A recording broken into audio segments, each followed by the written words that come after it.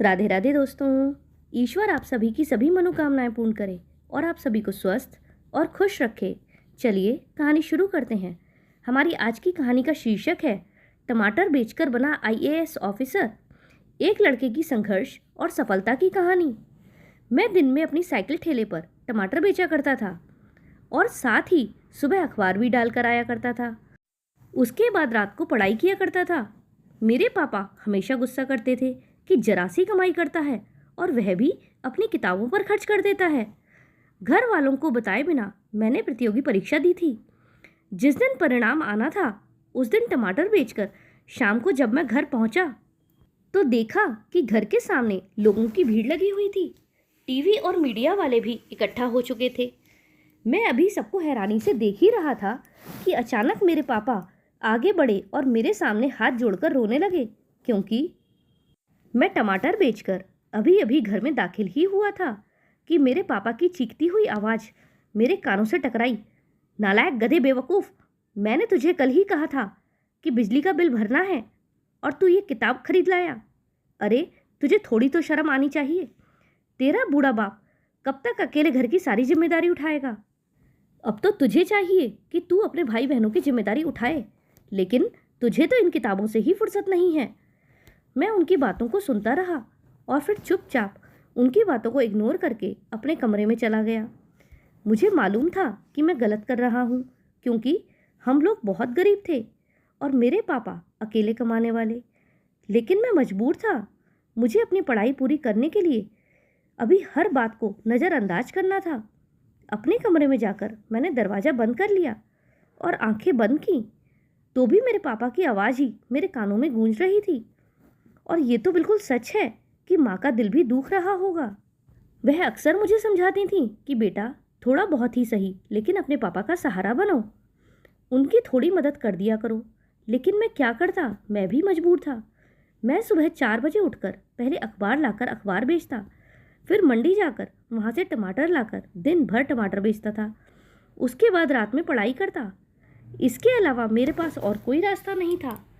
थोड़े बहुत पैसे तो मैं राशन के लिए घर में दे देता था, लेकिन उससे ज़्यादा मैं कुछ भी नहीं कर पाता था, क्योंकि जो और थोड़े बहुत पैसे बचते थे उनसे मैं किताबें खरीद लेता था। मेरे पापा अभी भी चीखे जा रहे थे। मैं काफ़ी देर तक दरवाजे के पास आकर खड़ा खड़ा उनकी बातें सुनता रहा। उसके बाद मन मारकर मैं अपने कमरे में ही बैठ गया। फिर मैंने तुरंत अपनी किताबों को अलमारी से निकाला और ज़मीन पर बैठकर नोट्स बनाने लगा, क्योंकि रविवार को हम सभी दोस्त मिलकर ग्रुप स्टडी करने वाले थे।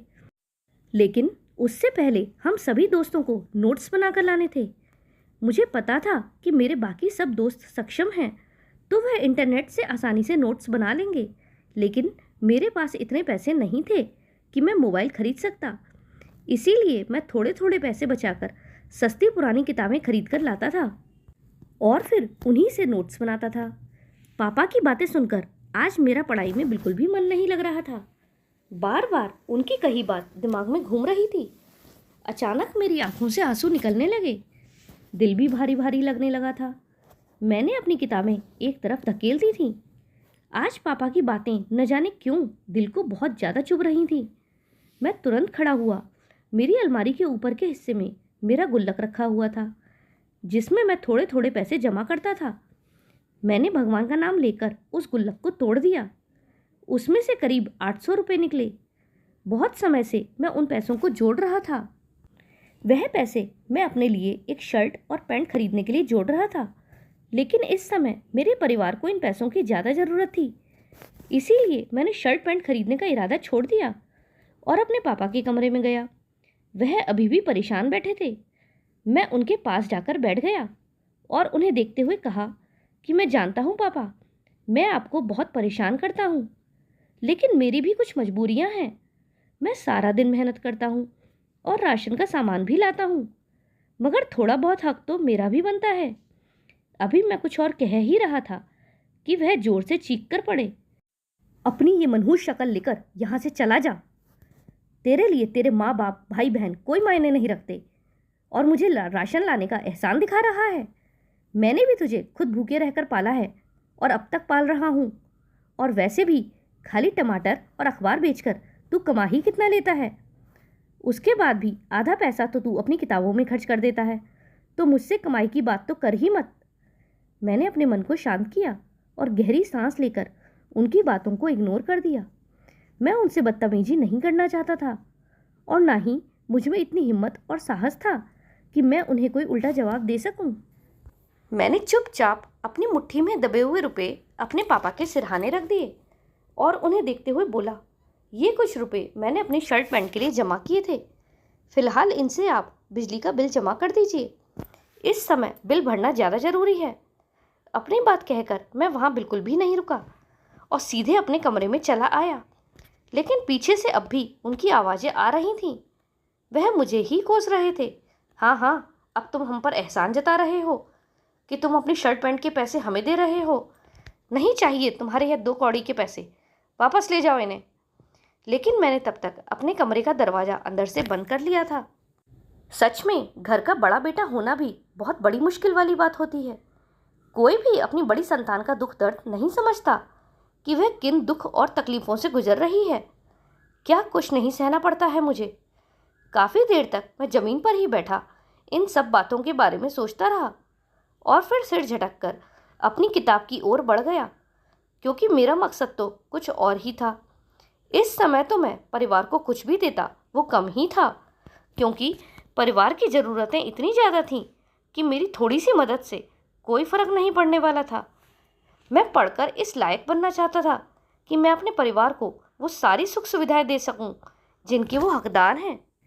काफ़ी देर तक मैं नोट्स बनाने की कोशिश की, लेकिन मेरा मन पढ़ाई में बिल्कुल नहीं लग रहा था। अंदर से दिल इतना दुख रहा था जिसे मैं बयान भी नहीं कर सकता था। हार कर मैंने किताबें बंद करके रख दी और बिस्तर पर लेट गया और फिर मेरी आंखों से लगातार आंसू बहने लगे। गरीबी सच में इंसान को तोड़ देती है और आज ये गरीबी मेरे सीने में किसी सुई की तरह चुभ रही थी। पूरी रात मेरी रोते रोते ही बीत गई। मैं अपनी तकलीफ़ किसी को बता भी नहीं सकता था और ना ही किसी के सामने आंसू बहाता था। मगर हाँ, अकेलापन जब भी मुझे खाने को दौड़ता था तब मैं रोने लगता था। लगभग सुबह 4 बजे मैंने गहरी सांस लेकर अपने अंदर उठ रही उस बेचैनी को शांत किया और फिर जल्दी जल्दी बाथरूम में जाकर नहाया। थोड़ी ही देर में सुबह की आरती की आवाज़ आने लगी। मैं तुरंत बाहर आ गया था। पूजा पाठ पूरा होते ही मैं प्रार्थना के लिए खड़ा हो गया और दोनों हाथ भगवान की तरफ उठाते हुए कहा, हे भगवान, तुम इस दुनिया के मालिक हो, मेरी मदद करो। तुम तो जानते हो कि मेरे पास कुछ भी नहीं है, लेकिन मैं अपने परिवार से बहुत प्यार करता हूँ और उनकी मदद करना चाहता हूँ। भगवान, मेरी रोजी रोटी में वृद्धि करो और मुझे पढ़ा लिखा कर इतना काबिल बना दो कि मैं अपने परिवार की सारी ज़रूरत को पूरा कर सकूं। मैं बहुत देर तक भगवान से प्रार्थना करता रहा। फिर मेरे मन में एक सवाल उठा कि भगवान, मेरे साथ ही ऐसा क्यों होता है? मैं अपने परिवार के लिए हमेशा कुछ ना कुछ करने की कोशिश करता हूँ, लेकिन फिर भी मुझे परिवार से प्यार नहीं मिलता। भगवान, मैं आज पहली बार तुमसे यह बात कह रहा हूँ। ये शब्द मैंने कभी भी अपने मुंह से नहीं निकाले हैं। बस मेरे होठों पर एक ही बात रहती है कि तुम सब देख रहे हो और तुम मेरी मदद अवश्य करोगे। उसके बाद मैं अखबार बांटने गया। अखबार बांटकर मैं मंडी से टमाटर लेकर आया। फिर थोड़ी देर घर में बैठकर मैं पढ़ाई करने लगा, क्योंकि मैं ज़रा भी टाइम वेस्ट नहीं करना चाहता था। उसके बाद मैं बाहर आकर साइकिल ठेला साफ़ करने लगा, क्योंकि मुझे थोड़ी ही देर में टमाटर के ठेले को लेकर निकलना था। अभी मैं अपनी साइकिल वाला ठेला साफ़ कर ही रहा था कि तभी मेरे पापा मेरे पास आए और जो पैसे मैं रात को उनके सिरहाने रख कर आया था वह लाकर उन्होंने मेरे मुंह पर फेंकते हुए कहा, जब मैंने तुमसे कहा था कि मुझे तुम्हारे पैसे नहीं चाहिए, तो तुम क्यों इन्हें मेरे तकिए के पास रख कर चले गए थे? मुझे तुम्हारा एहसान नहीं चाहिए। अपने पैसे रखो और अपना गुजारा खुद करो। आज से मैं तुम्हारी जिम्मेदारी नहीं उठाऊंगा और अपने दोनों बच्चों को मैं आराम से पाल लूँगा। तुम्हें चिंता करने की कोई ज़रूरत नहीं है। मैं उनसे अभी कुछ कहने ही वाला था कि उन्होंने खींचकर मेरी पीठ में लात मारी, जिससे मैं सड़क पर जाकर गिरा और मुझे काफ़ी चोट आई। लेकिन उन पर इस बात का भी कोई फ़र्क नहीं पड़ा और अब भी मुझे गालियां देते हुए घर के अंदर चले गए। मुझे बहुत दर्द हो रहा था, लेकिन फिर भी मैं चुप रहा। मैंने कुछ नहीं कहा और चुपचाप पैसे उठाकर अपनी जेब में रख लिए। उसके बाद मैंने अपना साइकिल ठेला साफ़ किया और घर से निकल गया। मैं बिना वजह उनसे झगड़ा नहीं करना चाहता था। मुझे तकलीफ बहुत ज़्यादा हो रही थी, तन से भी और मन से भी। लेकिन मैंने अपने चेहरे पर कठोरता ओढ़ ली थी। गर्मी की दोपहर में मेरा पूरा शरीर बुरी तरह से झुलस रहा था, लेकिन मैं अपनी तमाम तकलीफ़ों को भूलकर पूरे शहर में घूम घूम कर, गलियों में घूम घूम कर टमाटर बेच रहा था। आज न जाने भगवान ने मुझ पर ऐसी क्या कृपा की, या मेरी किस्मत बहुत अच्छी थी कि आज मेरे टमाटर बहुत जल्दी बिक गए और आमदनी भी बहुत अच्छी हुई थी। मैं आज लगभग शाम में ही निबट चुका था, लेकिन फिर भी मैं घर नहीं गया, क्योंकि मैं जानता था कि ये समय पापा के घर आने का है, और अगर मैं उनके सामने पहुंच गया तो वह बिना वजह ही मुझ पर गुस्सा करने लगेंगे। इसीलिए मैं एक सड़क के किनारे एक पेड़ की छांव में बैठ गया, और ठेले पर मैं हमेशा अपनी किताबें रखता हूँ, तो मैंने अपनी किताबें निकालकर अपनी पढ़ाई शुरू कर दी। लेकिन बार बार अपने पिता की बातें याद आ जाती, और उसकी वजह से मेरी आंखों से लगातार आंसू बह रहे थे। पापा का व्यवहार बार बार मेरी आंखों के सामने आ रहा था, मगर मैं फिर भी सिर झटक कर हर बार पढ़ाई करता रहा। इंसान जीवन में किसी भी दुख को झेल लेता है, लेकिन अपने माता पिता का दुर्व्यवहार उसे तोड़ देता है। जब उसके माता पिता ही उसे ना समझें, तो उससे ज़्यादा बदनसीबी उसके लिए और क्या हो सकती है। काफ़ी देर तक मैं वहीं बैठा एक सब्जेक्ट को याद करता रहा। उसके बाद काफ़ी अंधेरा होने के बाद मैं अपने घर चला गया। आज मुझे रोज से ज़्यादा टाइम हो गया था।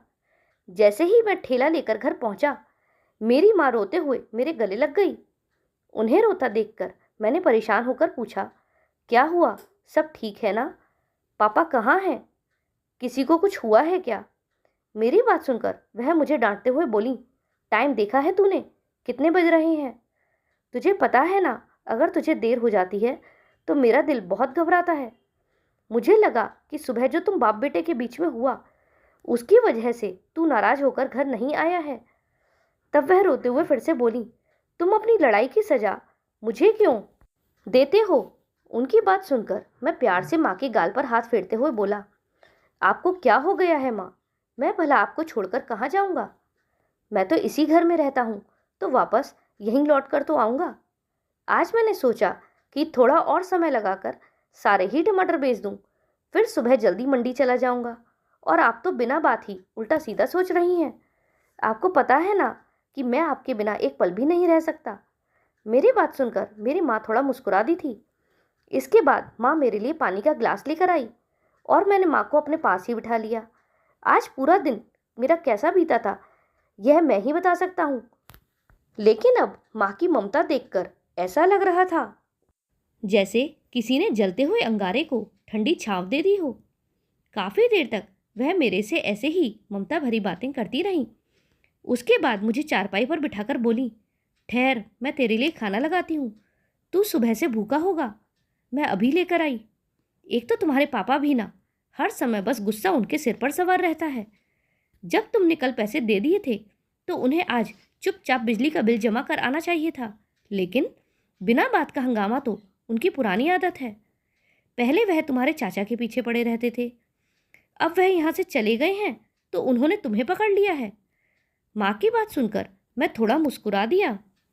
वैसे माँ और पापा की आपस में कम ही बनती थी, दोनों के विचार बिल्कुल भी मेल नहीं खाते थे। लेकिन हाँ, एक बात तो थी कि दोनों एक दूसरे से प्यार बहुत करते थे। अगर एक को जरा सी परेशानी होती तो दूसरा ऐसे तड़पता जैसे खुद उसी को परेशानी हो रही हो। माँ मेरे लिए खाना लेकर आ गई थी और काफ़ी देर तक इधर उधर की बातें करती रहीं, फिर अपने ही हाथों से मुझे खाना खिलाती रहीं।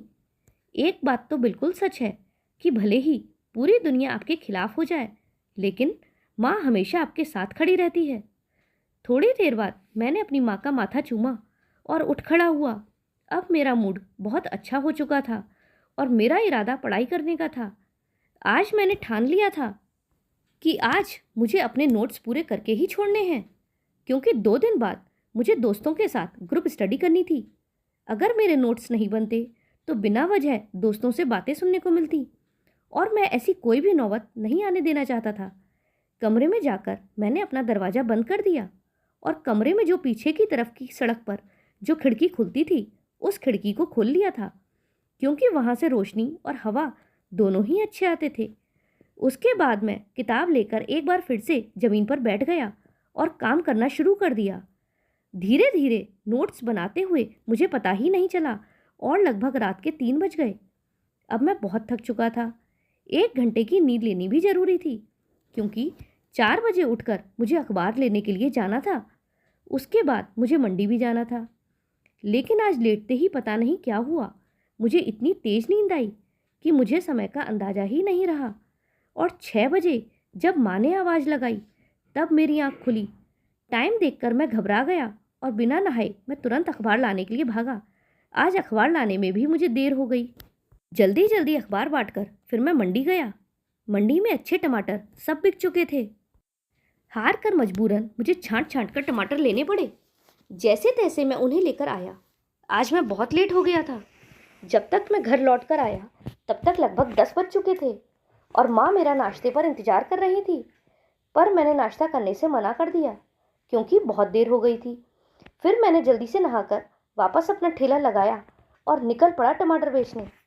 माँ नाश्ते के लिए कहती रही, लेकिन मैंने मना कर दिया। गलियों में निकलते ही उन लोगों ने मुझसे शिकायत करना शुरू कर दिया। जो लोग मुझसे रोज टमाटर लेते थे वह कह रहे थे, आज बहुत देर लगा दी तुमने।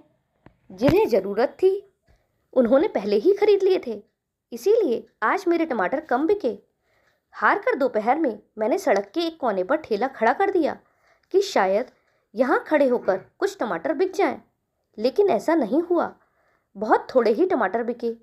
मेरा आज का दिन बहुत खराब गया था। टमाटर भी काफ़ी बचे थे। मजबूरन मुझे घर वापस लौटना पड़ा। जब घर पहुंचा तो देखा घर में पूरी तरह से अंधेरा था।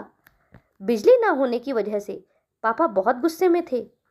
घर में कदम रखते ही उनकी तेज आवाज़ मेरे कानों से टकराई। उन्होंने कहा, कितनी बार कहा था कि बिजली का बिल भरवा दो, लेकिन नहीं, तुम्हें तो इस घर की कोई चिंता ही नहीं है। मैंने उनकी बात सुनकर उन्हें हैरानी से देखा। मन में तो आया कि उन्हें जमकर जवाब दूं कि जब मैंने आपको पैसे दिए थे तो आपने बिल क्यों नहीं भरा। लेकिन मैं बिना वजह कोई लड़ाई झगड़ा नहीं करना चाहता था, इसीलिए चुपचाप मैंने बिजली का बिल उठाया और रुपए तो मेरी जेब में थे ही। उन्हें लेकर मैं बिजली का बिल जमा करने चला गया। जब मैं लौटा तो पापा बिजली के तार जुड़वा रहे थे, जो सुबह लाइनमैन निकाल कर गए थे। बिजली के तार जोड़ने के बाद मुझे चैन पड़ा। फिर मैंने अपनी माँ से कहा, माँ, मुझे बहुत भूख लगी है। सुबह से मैंने कुछ नहीं खाया, सिर्फ 2-3 टमाटर ही खाए हैं। आप मुझे खाना दे दीजिए। ये सुनकर मेरी माँ बेचैन हो उठी और बोली, तुम्हें कितनी बार रोका था, लेकिन तुम्हें तो मेरी बात समझ ही नहीं आती। तुम्हें मेरी जरा भी परवाह नहीं है। माँ की बात सुनकर मैं मुस्कुरा दिया और उनके गालों पर हाथ फेरते हुए बोला, माँ, मुझे तुम्हारी ही तो चिंता है, वरना तो मैं इस घर से कब का चला जाता। ऐसा कहकर मैं अपने कमरे में चला गया। अभी पीछे से पापा के तानों की आवाज़ आ रही थी, लेकिन अब मेरा मन शांत था। तभी मेरी माँ ने कमरे में आकर मुझे अपने हाथों से खाना खिलाया। अब मैं बिल्कुल शांत हो चुका था। मैंने रात भर मन लगाकर पढ़ाई की। अगले दिन मैं सुबह 4 बजे ही उठ गया। फिर अखबार लाकर बांटे और तय समय पर मंडी जाकर टमाटर खरीद लाया, ताकि आज कोई परेशानी ना हो। फिर घर जाकर नहा धोकर नाश्ता करके टमाटर बेचने निकल पड़ा। अगले दिन रविवार था, तो मैं किताबें उठाकर सुबह सुबह ही अपने घर से निकल लिया। तभी पापा ने चीखते हुए मुझे रोका, ये किताबें उठाकर कहाँ जा रहे हो? अपना टमाटर का ठेला उठाओ और निकलो यहाँ से। आज मैं उनकी बात को इग्नोर कर रहा था, क्योंकि आज मेरे लिए बहुत इम्पोर्टेंट दिन था, क्योंकि आज ग्रुप स्टडी का दिन था। और ग्रुप स्टडी का मतलब था बहुत कुछ सीखना। वह सब जो अमीर बच्चे ट्यूशन में सीखते हैं, मैं उनसे मदद ले सकता था। और इतना बड़ा मौका मैं हाथ से नहीं जाने देना चाहता था। अगर आज मेरे पास पैसे होते तो मैं कभी भी ग्रुप स्टडी नहीं करता, बल्कि अपने काम पर ध्यान देता। लेकिन अभी मुझे अपना पूरा समय ग्रुप स्टडी पर लगाना था। जब मैं अपने दोस्त के घर पहुंचा तो सबने मुझे बराबरी की इज्जत दी। किसी ने भी मुझे गरीब कहकर नहीं भगाया। बेशक वह सब अमीर थे, लेकिन वह सभी अच्छे इंसान थे। वह मुझे नीचा नहीं समझते थे। हम सब ने एक साथ बैठकर काफ़ी देर तक पढ़ाई की और मैं लगभग दोपहर को 3 बजे घर लौट कर आया। घर पहुंचते ही पापा ने फिर से चीखना चालू कर दिया, कहाँ आवारागर्दी करने चले गए थे? तुम्हें घर की कोई चिंता नहीं है? आज तो तुमने टमाटर का ठेला भी नहीं लगाया। अरे कम से कम कुछ तो आमदनी हो ही जाती है, लेकिन तुम्हें तो जरा भी चिंता नहीं है। मैंने अपनी पापा की बातों का कोई जवाब नहीं दिया। एक पल को तो मेरे मन में विचार आया था कि पापा को बता दूं कि मेरा इरादा क्या है और मैं कहाँ से आ रहा हूँ, लेकिन मैं जानता था कि उन्हें इस बारे में बताना मतलब अपने ही पैरों पर कुल्हाड़ी मारने के बराबर होगा, क्योंकि उन्हें पढ़ाई की बात समझ ही नहीं आएगी। उनके हिसाब से तो मैं बेवकूफ़ी कर रहा हूँ, इसीलिए मैंने उनसे कुछ नहीं कहा और चुप ही रहा। ये बात तो मैं समझ चुका था कि आदमी जितना बोलता है उसकी इज्जत उतनी ही कम होती है, इसीलिए मैंने खामोशी से जीवन बिताने का फैसला किया था। समय बहुत तेजी से बीत रहा था। पापा भी अब चुपचाप रहने लगे थे। वह मुझसे ज़्यादा बात नहीं करते थे, क्योंकि अब मैं समय पर पैसे भी दे दिया करता था और अपनी पढ़ाई के लिए अलग से बचा भी लेता था। यह भगवान का चमत्कार ही था कि मेरी आमदनी अच्छी हो रही थी और मुझे साथ ही स्कॉलरशिप भी मिल गई थी। स्कॉलरशिप की मदद से मैं अपनी पढ़ाई को आसानी से पूरा कर पा रहा था। अगर स्कॉलरशिप नहीं मिलती तो शायद मैं अपनी पढ़ाई पूरी नहीं कर पाता और प्रतियोगिता में भी नहीं बैठ पाता। मैं सिविल सर्विस की परीक्षा देना चाहता था, लेकिन उसके लिए मुझे बहुत ज़्यादा पढ़ाई की ज़रूरत थी। 1 महीने बाद मेरी परीक्षाएं थीं। अब प्रतियोगिता की तैयारी काफ़ी कठिन हो गई थी, क्योंकि ग्रुप स्टडी भी बंद हो चुकी थी। अब हम सब एक साथ मिलकर पढ़ाई नहीं करते थे। सबका कहना था कि ग्रुप में बैठकर जो सीखना था वह सीख लिया, अब तो अपने आप ही पढ़ाई करनी है, जबकि मुझे ग्रुप स्टडी से बहुत मदद मिलती थी, क्योंकि मेरे पास इतने पैसे नहीं थे कि मैं महंगे ट्यूशन ले सकूं, और मेरे दोस्त ट्यूशन लेते थे।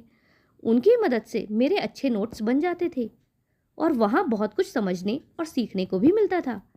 आज जब मैं घर पहुँचा तो मैं बहुत परेशान था और मेरे चेहरे की चिंता देखकर मेरी माँ को लगा कि ज़रूर मैं बहुत परेशान हूँ। इसीलिए वह चुपचाप मेरे पास आकर बैठ गई। मैं बिल्कुल चुपचाप से आंगन में बैठकर छत की ओर देख रहा था। वह मुझे देखकर बोली, कुछ हुआ है क्या? तुम बहुत परेशान लग रहे हो। तुम्हारे पापा भी कह रहे थे कि तुम अब बहुत शांत रहने लगे हो। अगर तुम्हें कोई परेशानी है तो अपनी माँ को बताओ।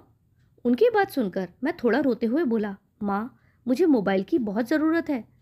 आपको पता है कि 1 महीने बाद मेरी परीक्षा है और मेरे पास पढ़ाई के लिए कोई भी साधन नहीं है।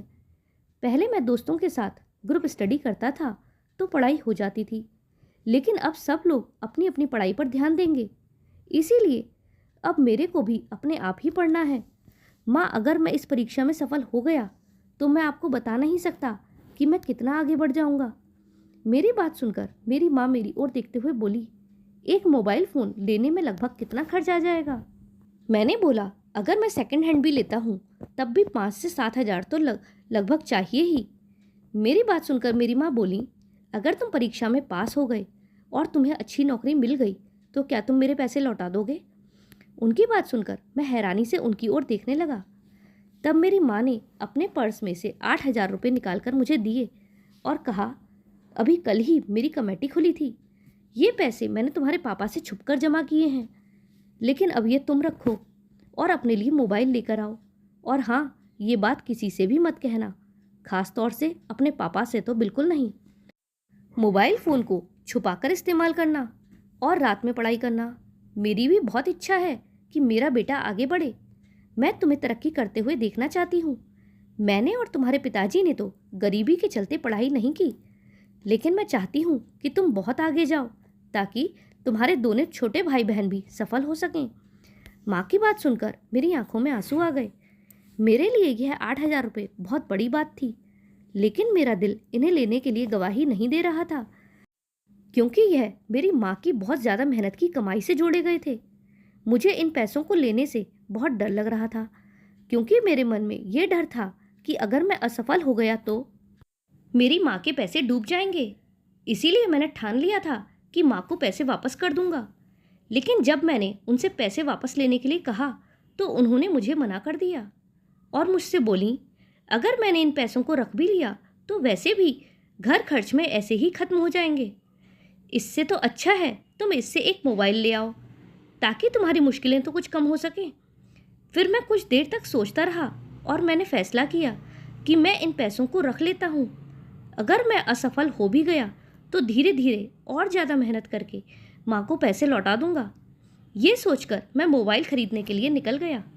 मुझे मेरी रेंज में एक अच्छा मोबाइल फ़ोन मिल गया था और पड़ोसी का लड़का मेरा दोस्त था, तो मैंने उससे उसके वाईफाई का नंबर लेकर अपना कमरा बंद करके पढ़ाई में जुट गया। मेरे पास सिर्फ 1 महीना था और 1 महीने में मुझे जी तोड़ मेहनत करनी थी। धीरे धीरे 1 महीना भी बीत गया और मेरी परीक्षा का दिन भी आ गया। मेरी पढ़ाई के लिए मेरी माँ ने मेरी बहुत मदद की थी, जिसके लिए मैं उनका शुक्रिया अदा करने लायक भी नहीं था। उनके कारण मेरी कई समस्याएं हल हो गई थीं। जो कुछ भी मुझे समझना होता था मैं इंटरनेट की मदद से समझ लेता था। आज मेरा एग्ज़ाम था। दिल की धड़कन सामान्य से बहुत तेज थी। माँ से आशीर्वाद लेकर मैं अपने एग्जामिनेशन सेंटर की ओर रवाना हो गया। सेंटर घर से बहुत दूर था। मैं साइकिल से तेज गति से वहाँ पहुँचा। मेरे दोस्त भी वहाँ पहुँच चुके थे, लेकिन जिस रूम में मेरा एग्ज़ाम होना था उस रूम में मेरा कोई भी दोस्त नहीं था। जैसे ही पेपर मेरे हाथ में आया, मैंने भगवान का नाम लेकर पेपर करना शुरू कर दिया। पूरे 3 घंटे तक मैंने सिर भी नहीं उठाया। 3 घंटे बाद मेरी दुनिया ही बदल गई थी, क्योंकि मैंने बहुत अच्छा पेपर दिया था। समय तेजी से गुजरता रहा। एक दिन रोज की तरह ही मैं शाम को अपने टमाटर बेचकर अपने घर की तरफ लौट रहा था। तभी मैंने दूर से अपने घर के बाहर भीड़ देखी। मैं घबरा गया कि भीड़ किस बात की है। किसी अनहोनी से मन घबरा गया, लेकिन जब मैंने ध्यान से देखा तो मेरे होश उड़ गए। वहाँ कई कैमरे वाले खड़े थे और साथ में पुलिस भी खड़ी थी। मैं जैसे ही वहाँ पहुँचा, मेरे पापा ने मुझे देखा तो वह भीड़ को चीरते हुए मेरे पास आए और मुझे बिना कुछ कहे अपने सीने से लगा लिया। मैं हैरान था। मुझे यकीन ही नहीं हो रहा था कि मेरे पापा ने मुझे गले लगाया है। उसके बाद गले लगाकर बहुत देर तक वह रोते रहे। फिर मेरे सामने हाथ जोड़ते हुए बोले, भगवान के लिए मुझे माफ़ कर दे बेटा। मैं तेरे मन की बात को नहीं समझ पाया, तेरी मेहनत नहीं देखी, लेकिन आज तुम्हारी खामोश मेहनत ने पूरे शहर में तुम्हारा नाम कर दिया है।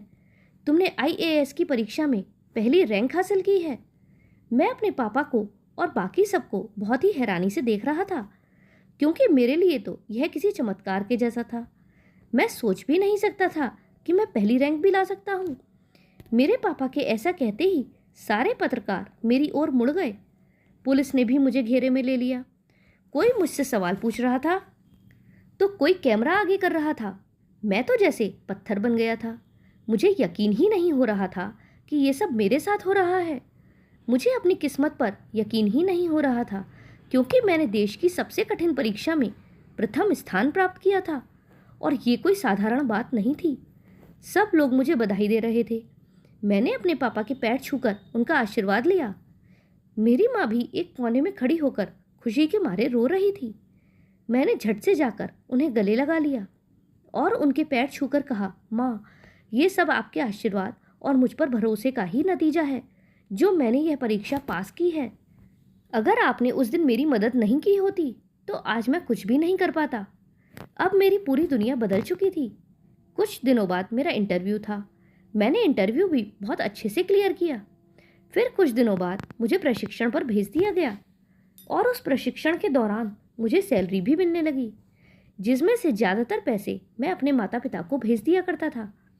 मुझे पता था कि अब हमारे घर के हालात बदल जाएंगे, लेकिन मेरे दिल में बस एक ही बात चुभ रही थी कि मेरे पापा ने मेरे आगे हाथ क्यों जोड़े। मैं नहीं चाहता था कि कभी भी ऐसा हो। ये बात मुझे हमेशा चुभती रहती थी। अब एक बेहतरीन प्रशिक्षण के बाद मुझे बहुत अच्छी नौकरी मिली और मेरी ज़िंदगी धीरे धीरे बदलने लगी। मैंने माँ से मिले पैसों को भी उन्हें लौटा दिया और उनका तहे दिल से धन्यवाद किया, क्योंकि अगर उन्होंने उस समय मेरी वह मदद नहीं की होती तो शायद आज मैं इस मुकाम पर होता ही नहीं। जिंदगी में इंसान के सामने कई दुख आते हैं और इनसे वह टूट जाता है, लेकिन अगर कोई छोटी सी आशा या उम्मीद मिल जाए तो वह उनसे ऊंचाइयों को छू लेता है। मेरे साथ भी ऐसा ही कुछ हुआ। मेरे छोटे भाई बहन अब अच्छे स्कूल में पढ़ रहे हैं। मैंने अपने पापा को एक अच्छी कपड़ों की दुकान भी खुलवा दी है। माँ की भी इच्छा है कि वह कुछ काम करें, लेकिन फिलहाल मैं चाहता हूँ कि वह अपने जीवन को अच्छे से जिएं, उन्हें कोई काम ना करना पड़े, क्योंकि उन्होंने अपनी पूरी जिंदगी मेहनत करते हुए गरीबी में बिताई है। इसीलिए मैं चाहता हूँ कि अब उन्हें बाकी की जिंदगी सारे सुख और आराम मिलें, क्योंकि उनके साथ ही हमारे जीवन की सबसे बड़ी शांति है। जन्म से लेकर मृत्यु तक इंसान की परवरिश में माता पिता की ही भूमिका होती है। जैसे किसी पेड़ और पौधे की देखभाल में माली की मेहनत होती है, वैसे ही अपने बच्चों को इंसान और अच्छा इंसान बनाने में माता पिता की मेहनत होती है। इस कहानी से हमें शिक्षा मिलती है कि हमारे माता पिता ही हमारे जीवन की सबसे बड़ी पूंजी होते हैं। उनकी मेहनत, त्याग और संस्कार ही हमें अच्छा इंसान बनाते हैं। हमें उनके प्रति सदैव आभार और सम्मान की भावना रखनी चाहिए, क्योंकि उनका साथ ही हमारे लिए सबसे बड़ी ताकत और शांति का मार्ग होता है। तो दोस्तों, ये थी हमारी आज की कहानी। आपको कहानी कैसी लगी कमेंट में ज़रूर बताइएगा। अगर कहानी पसंद आई हो तो वीडियो को लाइक करें और चैनल पर नए हो तो चैनल को सब्सक्राइब करें। हमारे साथ अंत तक बने रहने के लिए धन्यवाद। जय श्री राधे।